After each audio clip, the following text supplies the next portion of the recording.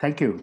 I welcome you all to the first plenary session of the 2 days National Media Conclave on Communication for Social Change.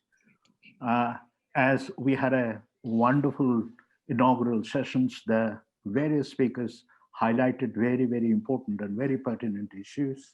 In fact, more or less, there were a lot of discussions on the idea of change and social change, as we understand that change is a very broad concept.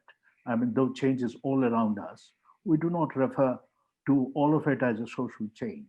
I mean, social change is viewed as kind of an alterations, I mean, that occur in the social structure and social relationships. I mean, alteration may occur in the structure and function of a system, institutions, patterns of interaction, work, leisure activities, roles, norms, and other aspects of society. I mean, social change can vary in its scope and also speed as well. I mean, we can talk of small scale or large scale changes. Changes can also be cyclical, I mean, pattern, or it can also be revolutionary. I mean, unlike in Latin American context, it reminds me of French Fanon's piece on radio. The radio can be a wonderful instrument of revolution, provided an extra switch is being mad to it to make it a transmitter. I mean, it refers to guerrilla warfare, where transmitters are used to decode, encode the messages to sustain movements. I mean, change on communication for social change needs to such change and how people receive and appropriate the change. I'm sure in our present discussion, we are referring to a kind of a reformative rather than radical change in society. I mean, the title, I mean, for this particular plenary session is actually on participation, accountability, and empowerment. I mean, participation, as we all know, that it has become almost a kind of a buzzword for social transformation. I mean, it is being appropriated by officials and practitioners alike.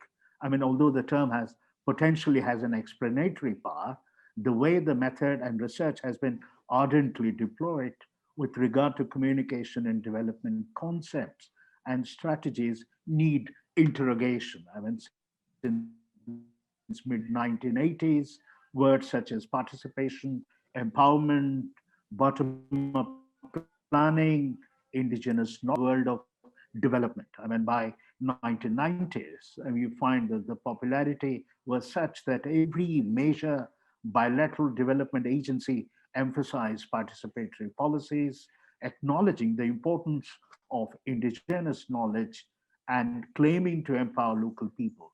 I mean, it is possible to talk of an emerging new orthodoxy in the world of development that is shared by majority of practitioners involved in the bilateral, multilateral, or non-governmental sectors of the development industry. I mean, there is no systematic ideology underlying this new orthodoxy. Rather, it consists of a set of loosely connected ideas and approaches developed in response to what its proponents see as an older, misguided orthodoxy of development. I mean, its proponents set themselves up in opposition to older approaches to development work. I mean, the older concepts are embedded in the context of grand narratives of progress, seeing development in terms of modernization theory, as some of our colleagues in the inaugural session talked about. I mean, there is a shared realization that this approach is agentive.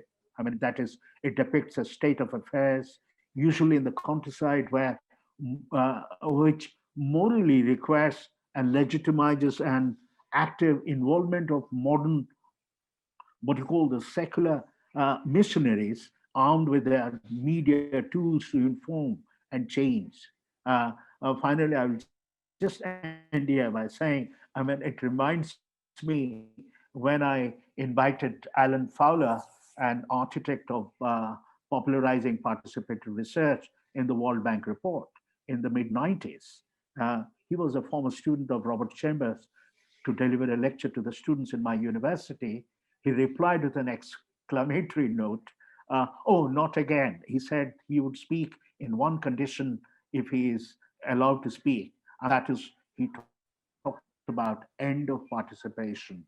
Participation no longer has the radical connotations in once it had. I mean, in the radical popular movements of the 60s or freedom struggle, participation became an act of faith in development, something we believe in and rarely question. I mean, much needs to be critiqued, problematized, and theorized. I'm sure the present panel, where there are eminent scholars who have decades of rich experience, I'm sure that they would like to reflect upon some of these queries. Thank you.